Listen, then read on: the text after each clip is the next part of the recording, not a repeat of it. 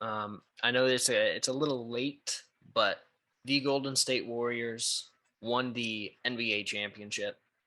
I watched pretty much every single game. I think I missed game 5. Game 5, I don't think I watched.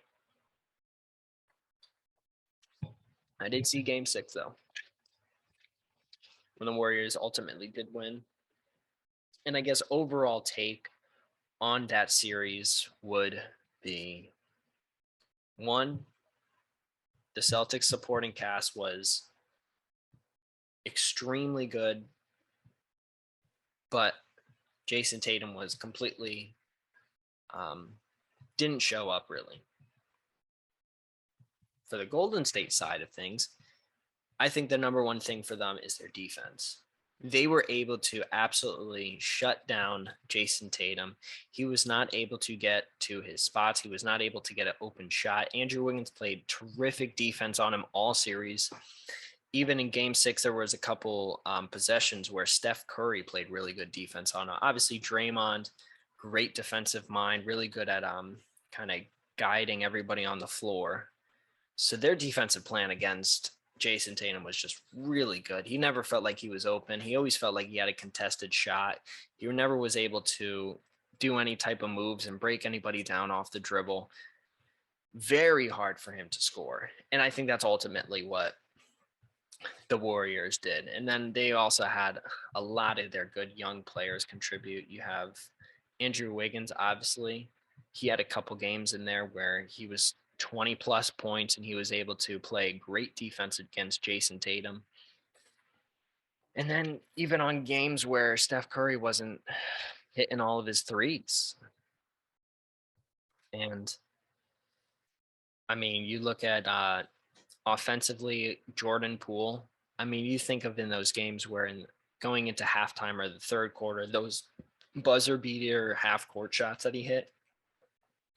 Obviously, it's still 3 points, but after a third quarter where they completely demolish the Celtics, which the Warriors tend to do, they tend to have very good third quarters historically over the past couple of years. They were able to come out and put on a great third quarter and then have Jordan Poole hit a half court shot to just drive it in even more. It's like these guys cannot miss.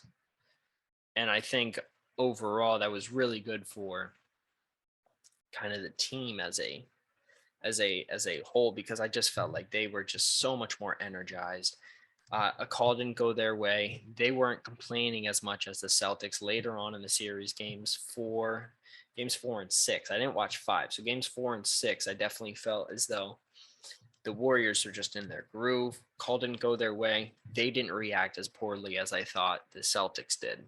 Obviously, there were some individual things where they didn't interact great. I mean, you had Draymond Green, who had a bunch of fouls in the series, but overall, I really thought that the story was the supporting cast of the Celtics played absolutely phenomenally. That first game, it was Al Horford, Marcus Smart, Jaylen Brown. Those were the best players on the court that night. And then obviously Steph Curry was really good. He had that really fire first quarter where you're like 20 plus points. This guy can't miss. Like he's coming for blood. They might even sweep him. But look at the end of that first quarter. The game was less than 10 points. Both teams were within each other fairly close. I think Golden State was up by a couple of points, but it might have been less than 5 points. And Steph Curry had scored 20 plus points, but the Celtics were able to come right back. Al Horford would always be there to hit a three. He was phenomenal in that game on the perimeter. But the thing is, over the course of the series, that supporting cast wasn't able to do that night after night. I mean, the leading scores after game 1 were, I believe, Al Horford number 1, and then Marcus Smart following him, followed by Jaylen Brown. And that's not a good recipe if you're the Celtics. You want Jason Tatum and Jaylen Brown to be your leading scorers. And the other thing about the Celtics is Jaylen Brown in that series looked like their best player. With that being said, I don't think he is their best player, nor do I think he was their best player in the series. I think the best player in the series for the Celtics was Jason Tatum. I mean, he didn't play good on paper, but I also think he was being shut down defensively. And yeah, it was a really bad look. He was turning over the ball a lot. But I have to give credit to the Warriors. I think the Warriors' defense is what made Jason Tatum not be as effective. More so, obviously, he does have some blame, most definitely. But I felt that the Warriors' defense had more of an impact than, say, Jason Tatum just choking in the finals. I don't believe that is what happened. I think the Warriors played great defense. But now Steph Curry wins his fourth NBA championship, and he won his first NBA Finals MVP. And so that brings us to the conversation of the day. Let me just go right into it, I guess. Now that Steph Curry has won his championship, this is what the folks are talking about. Where does Stephen Curry rank all time after fourth championship? I really liked this article. It is kind of talking about how good Steph Curry is. Yeah, Steph Curry is really good. But I do like some of the graphs that they use to kind of compare Steph Curry. Here's the NBA Finals career performances. Now, here's the thing you have to remember. Steph Curry has won one Finals MVP award in 4 finals. The first finals was in 2015. Andre Iguodala won the NBA Finals MVP. 2016, they lost to the Cavaliers. LeBron James won an NBA Finals MVP. 2017, Kevin Durant comes. He wins Finals MVP for the Warriors. 2018, Kevin Durant wins Finals MVP again. And now in 2022, the Warriors win the title again, and Steph Curry is now the NBA Finals MVP. So that's pretty much the number one thing for me. If we're talking about being one of the 10 best players to ever play in the NBA, I need you to be, I mean, maybe the only exception would be a Shaquille O'Neal. If we're talking about top 10 players of guys where there is no question that they should be a Finals MVP. I mean, pretty much even in most losses, you could say LeBron is Finals MVP, even in some of those against the Warriors. 2018. I think it's extremely important to think about that when talking about these players. But going to the NBA final career performances, the finals record of Michael Jordan, LeBron James, Steph Curry, and Magic Johnson. So finals record, Jordan leads 24-11, good for 68.6% winning percentage, followed by Steph Curry, who's 21-13, 61.8%, followed by Magic, who's 24-26, 48%, and lastly, LeBron James, who's 22-33 for 40% win total. Obviously, I'm going to talk about later who my thoughts on the best players are, but just to kind of talk about kind of what more is going on in this. Then you have points, rebounds, the stats for all of them as well, 2 points, true shooting, all that kind of stuff. Yes, Steph Curry has been phenomenal in the NBA Finals. I would say that he kind of fell short in 2015. He definitely did have moments, but when you look at who he was playing against, I mean, you didn't have Kyrie Irving in that series. You had Matthew Dellavedova, who was guarding Steph Curry. I don't know. I don't think Matthew Dellavedova, if any of you know of him, not the best defender in the world, not the best point guard in the world, and he was one of the primary defenders on Steph Curry. But good to know that he has done very well in the finals. Here's another thing that I like to look at. So this is kind of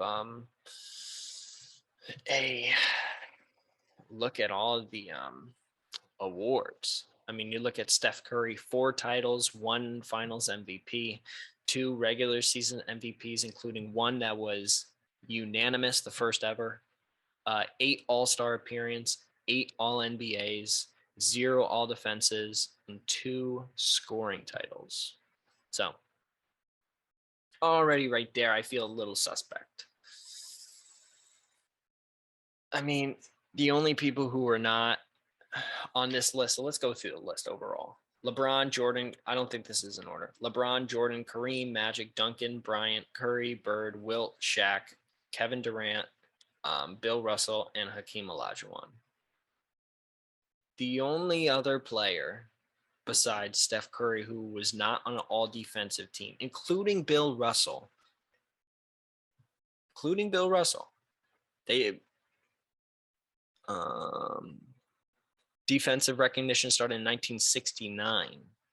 So much of the time while Bill Russell wasn't playing, there was no all defensive teams. Keep that in mind. And even still, Steph Curry and Magic Johnson are the only 2 players who were never selected to an all defensive team among these here. Interesting. The other thing with Steph Curry is early in his career, when he got drafted, let's go over here. Let's look. No, I'm not trying to bash on Steph Curry, obviously, but he wasn't even rookie of the year. His rookie year. 8-time All-Star. 8-time All-Star. He's played 1, 2, 3, 4, 5, 6, 7, 8, 9, 10, 11, 12, 13 years in the league. He's been an All-Star 8 times. Interesting. You look at his early days playing 36 minutes at 21 years old for the Golden State Warriors. He had 80 games and started in 77 of those. Averaged 17.5 points, 5.9 assists, 4.5 rebounds, 1.9 steals. So he's never been a real terrible defender, especially early on. Then for 3-point percentage, he averaged 4.8 3-point attempts, making 2.1. And his overall shooting percentage is 46.2. So definitely not a bad rookie season. Now, I'm too young to remember when he came into the league. But the Warriors already did have Monte Ellis, and they were trying to figure out kind of where do we go from here. So over the course of Steph Curry's career, he's obviously increased his first 1, 2, 3, 4, 5 years. He increased his point total. And then in 2015 and 16, he led the league not only in free throw percentage for the second year in a row, but also with steals and points, or points per game and steals per game. So that's when he kind of popped onto the scene. I mean, 2014 to 15, he was kind of big. I remember that because I was in high school. That's when he kind of jumped on. 2015 to 16, that's when he was like, oh man, that's crazy. But it was his third year being an all-star as well, and I was like, whoa, very, very interesting. And then he also led the league in scoring last year, 2020-2021 season at 32 years old. Averaging 12.7 3-point attempts, the most in his career, making 5.3 per game. Pretty ridiculous. But even with that, he has not made an all defensive team, which I think is interesting. He has 2 scoring titles, which I don't think is a huge thing. I mean, you look at the other players on this list. Um, Magic Johnson has 0. Tim Duncan has 0. Larry Bird has 0. Hakeem Olajuwon has 0, and Bill Russell has 0. Now, among that list, I would say Steph Curry is one of the best. He might be one, and then like 1A and 1B would probably be, in terms of scores, Duncan or Olajuwon. Those are probably the 2 other scores. I think Olajuwon better in the post, but I think for Duncan, he's better um, as a spot up shooter. So he can hurt you in multiple ways on the offensive end, more so than Hakeem can. I mean, Hakeem, if you look at a post player, he's like, there's really no argument that, I mean, maybe you could say Shaq, but in terms of just the ability to move in the post, watch some videos on him, watch him win back-to-back NBA championships, watch what he was able to do to the league, watch him become the all-time leader in blocks. In my mind, probably one of, if not the greatest defensive player of all time. But obviously, defense isn't the number one thing when it comes to best players of all time. But in my mind, what makes a good basketball player is somebody who can give it to you on the offensive end, but also give it to you on the defensive end. That's what I kind of value. But you do see Magic, and here is one thing I do want to say about Magic Johnson. Let's look up Magic Johnson. Let's see kind of what he was working with. Magic Johnson. Here we go. Oh, brought me back. 1980, drafted in 1980. In 1982, won a championship. Pretty crazy. 18 points, 7.3 assists, 7.7 rebounds. He shot 53% from the field as a rookie, 20 years old. Pretty crazy. Pretty crazy, I must say so myself. But over his career, you look at the steals that he was able to have. Rookie year, 2.4 steals per game. His second year, led the league in steals, 3.4. Year after that, led the league again in 2.7 steals per game. Pretty crazy. And then obviously he's led the league in assists 4 times in his career. And I believe per game, he is second all time in assists per game at 11.2 behind John Stockton. Unequivocally the best point guard of all time. You can kind of look and see what he's done. I mean, you even look at the playoffs. Rookie season, he comes in, leads the playoffs in assists, steals, and averages 18 points, 10 and a half rebounds. Wins the championship for the Lakers, basically playing center for them because Kareem's out. Just an absolute dominant player. And definitely no slouch on the defensive end. I mean, for his playoff career, he averaged 1.9, almost 2 steals a game. So with that being said, and some of those years, I mean, you look at 95, 96, he was very old. He had taken multiple years off, and he didn't play that well. He was averaged 15 points, 6.5 assists, 8.5 rebounds. So even when he was old and he was already diagnosed with HIV, still able to put up really good numbers. 3-time Finals MVP, 10 times All NBA, 5-time champ. I mean, absolutely not even a question, the greatest point guard of all time. I don't think Steph Curry sniffs him, even though Steph Curry is a fantastic, I would say, scorer. I'd rather have Steph Curry than Magic Johnson. But offensively, give me Magic Johnson. I think Magic Johnson is, he wasn't a great shooter. However, he's 6'9" as a point guard, giant point guard, great ball handling skills, really good at being able to obviously pass the ball, great court vision, court awareness, all that kind of stuff. super, super valuable player. But to each their own. I mean, you can think that Steph Curry is a better offensive player. I wouldn't be mad at you. Here's another thing in this article that I thought was interesting as well. Highest winning percentage in NBA playoff history among top 50 in wins. So, top 3 players all are from one team. So, wins, losses, tied for first is Draymond Green and Klay Thompson. 102 wins, 43 losses apiece. 70.3% winning percentage, followed by Steph Curry, 93 wins, 41 losses for 69.4% winning percentage, followed by Dennis Rodman, 116 wins, 53 losses. Michael Cooper, 115 wins, 53 losses. Followed by Sean Livingston, Magic Johnson, James Worthy, Kurt Rambis, Michael Jordan, John Sally, Steve Kerr, Byron Scott, LeBron James, Scottie Pippen, Horace Grant, Kareem Abdul-Jabbar, and the list goes on. And I think this is actually, I don't know if this really helps Steph's case per se. I mean, you can say Steph makes his teammates better, but I think when you have Steph Curry, Draymond Green, and Klay Thompson,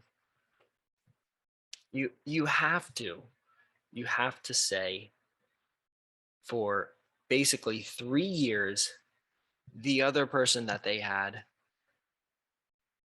was this guy named Kevin Durant, who himself 95 wins, 60 losses in the playoffs, and that was also in OKC for a multitude of years.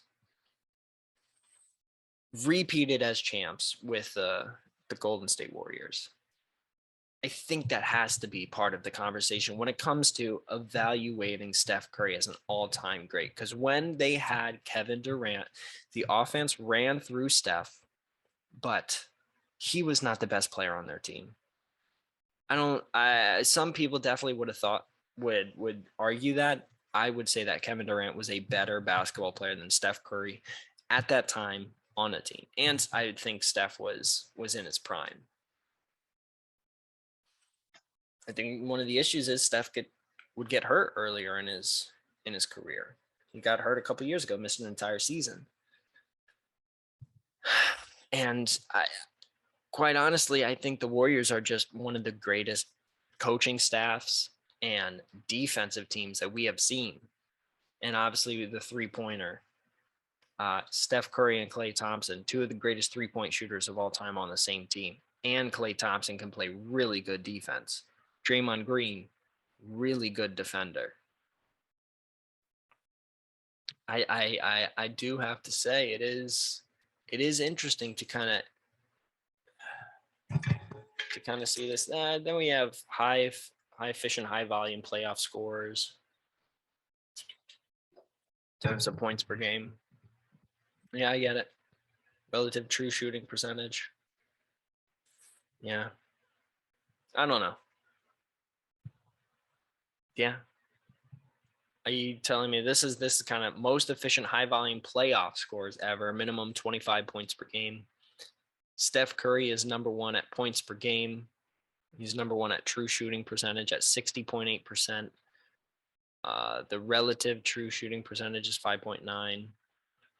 And his effective field goal is 55.9%, followed by Kevin Durant. True shooting is 59.8%. LeBron James, 58.3%, followed by Dirk, Giannis, Hakeem Olajuwon, Michael Jordan, Kobe Bryant, Jerry West, Bob Pettit, Elgin Baylor, and Allen Iverson. Allen Iverson is at 48.9% true shooting percentage, averaging 29.7 points per game. With that being said, I look at this list and I'm like, okay, you telling me what? Yeah, he's very good at scoring. He's also very good at shooting threes. I understand that he's a great scorer of the basketball, and he doesn't need to take as many shots as, say, a Michael Jordan, who's going to do a lot more shots inside of the three-point line. But give me Michael Jordan. Give me Kevin Durant. If I need somebody to score me 50 points, I don't know if I'd probably say Michael Jordan, Kobe Bryant, Kevin Durant, LeBron, maybe Hakeem on this list, and then maybe Steph Curry after that. The thing with Steph is, yeah, he is very good at ball handling and shooting off the dribble, and even on nights where his shot is not hitting, he's still able to get to the basket, or he's still able to hit a pull up mid range jumper. Very good offensively, but he is 6'1", or maybe 6 feet tall. He's not the biggest guard where you have a Michael Jordan who's a shooting guard at 6'6", super strong, or you have a Kevin Durant who's basically a 7 foot tall small forward, or LeBron James who's a 250, 60 pounds in his prime, 6'9", small forward, ripped, super athletic. Kobe Bryant in his prime. You want to talk about number 8 Kobe, where he was super athletic, or you want to talk about super technical Kobe, where he had every single move down and there was no way for you to stop him. It was just only a matter of him not hitting shots. It wasn't like, oh, I'll be able to block him. Yeah, you can contest him, but it's is he hitting the shots? That's what it is with Kobe. It's just not as, oh, he got locked up. It's like, no, he was able to get to his spots. He was able to get his moves out, but he just wasn't able to put down the shots. It doesn't matter what you do. He's going to get to his spot. He's going to be able to do whatever he wants. I don't know. I think it's really important that we do talk about this stuff, and to give him credit. Yeah. Steph Curry, and one of the best offensive players, I would have to say. Has some more stuff over here. Okay, interesting. All right, so that's that article. Now, let's come back over here. I have to say, I'm going to give my top 10 NBA players of all time. Here's my list. Number 1 through 10 as well. Number 1, Michael Jordan. Number 2, LeBron James. Number 3, Kareem Abdul-Jabbar. Number 4, Magic Johnson. Number 5, Larry Bird. Number 6, Kobe Bryant. Number 7, Wilt Chamberlain. Number 8, Tim Duncan. Number 9, Shaquille O'Neal. And number 10, Hakeem Olajuwon. Just talked about it, but Steph Curry is not in my top 10. I do not think him winning a 4th title puts him into the top 10. Sorry, but that is where I'm sitting at right now. I do not believe that Steph Curry is a top 10 NBA player of all time. And going through my list, I mean, I think the first 3 are set. Some people will definitely say switch Michael and LeBron. I can understand that. For me, the thing with Michael Jordan as the best NBA player of all time is resume does come into play for me. It is an important thing. Of if you look at a resume and you see, oh, these things are on it. It's hard. Now let's go over to this screen. I really like this website, landofbasketball.com. Really like this. NBA championships and seasons. This is kind of seals the deal for me. LeBron James versus Michael Jordan. Some people, like, if you ask Skip Bayless, LeBron's probably not in his top 5. And even that I can understand. At a top 10, no way. But if you put him at number 5 or 6, all right. I don't agree, but there is an argument to be made. 6 championships, 6-0 in the finals for Michael Jordan. For a lot of people, that seals the deal. But Context is Michael Jordan also had a really good team, and in some of those finals, he didn't really play the best. You look at the Lakers team that he played, his first championship. Good team, good, solid team. I don't know if it was really the toughest championship that one could possibly win. But still, as it may, 6-0 in the NBA Finals, 15 seasons played. I mean, it's pretty much 13 real seasons where he was trying to win championships at all cost. So for me, it's 6 out of 13. Won a championship in almost half of his career. Playoffs, 15 seasons, 13 seasons of playoffs. LeBron, 19 seasons, 15 playoffs. It'll probably be 20 and 16 after next year. I think they'll be able to get to the playoffs. But recently in the past, LeBron has not been able to make the playoffs. And he's still supposed to be the best player in the world. A lot of people, you can make an argument that he is. When Michael Jordan played for the Wizards, could you make an argument that he was the best player on the face of the earth? I don't know. I mean, Kobe was still pretty good. Tracy McGrady, Allen Iverson at that time. There were good players in that league. Shaquille O'Neal. Yeah, I don't know. I don't think you can. A 40-year-old Michael Jordan. I don't think he was better than Shaquille O'Neal at that time. But to each their own. All-Star games, 19 seasons of LeBron, 18 of them All-Star games, 15 seasons for Jordan, 14 of them All-Star games. MVPs, 5 MVPs for Michael Jordan. Finals MVP, 6 Finals MVPs, 10 All-NBA first team selections. Total All-NBA selections, 11 for Michael Jordan, 18 for LeBron out of his 19 seasons. He's been an All-NBA selection, which is pretty crazy. 11 out of 15 for Michael Jordan.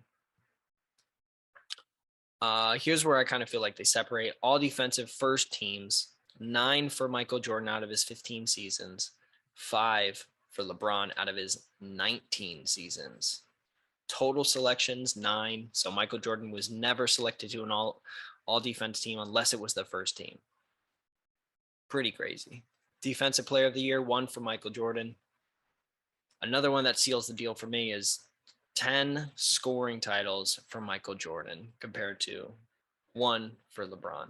Now, LeBron was able to be an assist leader, which I think is crazy for a small forward. Steals leader, 3 for Michael Jordan. Both won Rookie of the Year. Here's how their stats kind of match up. I really don't think that I have to. This is another cool tool that they do as well. So they look at the best season in terms of points per game. In 2006, LeBron averaged 31.4 points per game. Michael Jordan in 1987 averaged 37.1 points per game. Rebounds per game. In 2018, LeBron averaged 8.6 rebounds per game. In 1989, Michael Jordan averaged 8. Assists per game. In 2020, LeBron James averaged 10.2 assists per game. In 1989, Michael Jordan averaged 8 assists per game. Same year that he had his most rebounds per game as well. Steals per game. In 2005, LeBron James averaged 2.2 steals per game. In 1988, Michael Jordan averaged 3.2 steals per game. Blocks per game. 2009, LeBron James averaged 1.1 rebounds per game. And in 1988, Michael Jordan averaged 1.6 blocks per game. So 3.2 steals and 1.6 blocks in 1 year. Pretty crazy. Following it up, the year before, you led the league in scoring. Then after you lead the league in scoring, the next season, you lead the league in steals and you have your most blocks of your career. Then after that, you put up a season where you have the most assists and rebounds of your career. pretty good 3-year stretch. Now, he didn't have playoff success, but that is close to come, folks. There's total points, all this other stuff.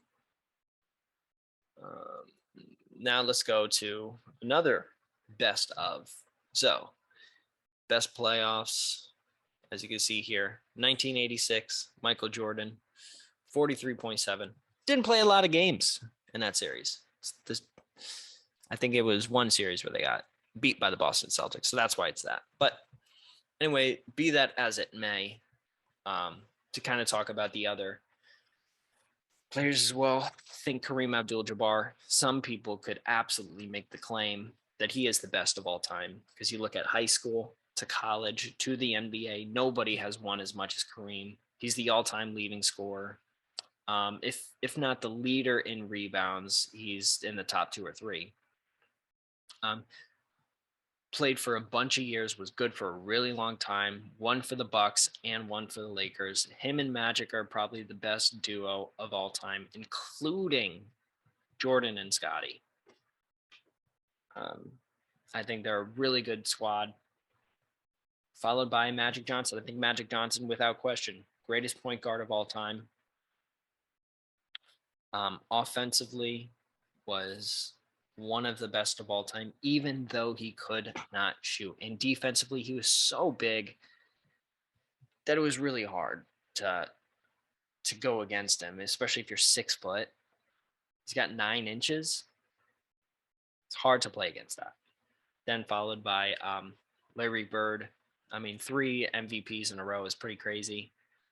Him and the Celtics were really good. I do think the Celtics teams and the Lakers teams, when they matched up in the finals, those were pretty exciting. I do think you should go back and watch some of those.